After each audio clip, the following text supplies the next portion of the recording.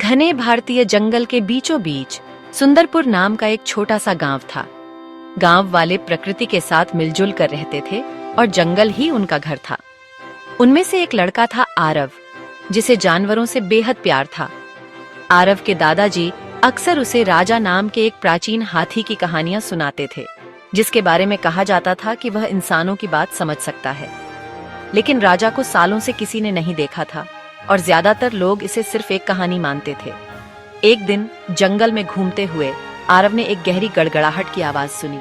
उत्सुक होकर वह आवाज का पीछा करता हुआ एक विशाल बरगद के पेड़ के सामने पहुंच गया। तभी उसने उसे देखा, एक राजसी हाथी जिसकी आंखें गहरी और बुद्धिमान थीं। उसके दांत लंबे और घुमावदार थे।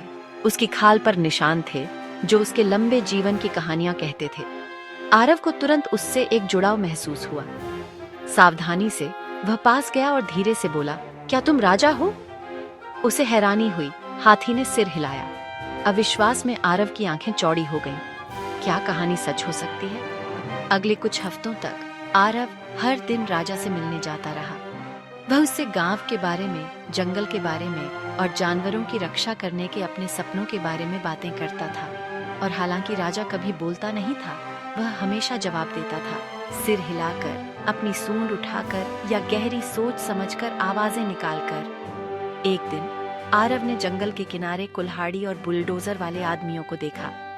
वे एक नई सड़क बनाने के लिए पेड़ काटने की योजना बना रहे थे। डरकर वह राजा के पास भागा। वे तुम्हारा घर नष्ट करने वाले हैं। राजा ने अपनी सूंड उठाई और एक जोरदार शक्तिशाली चिंगार लगाई, इतनी जोरदार कि उसकी गूंज पूरे जंगल में गूंज उठी। कुछ ही मिनटों में राजा की पुकार सुनकर सैकड़ों हाथी पेड़ों से निकल आए। इस अविश्वसनीय दृश्य को देखकर गांव वाले मशीनों को रोकने के लिए दौड़ पड़े। मजदूर भी हैरान और डरे हुए थे।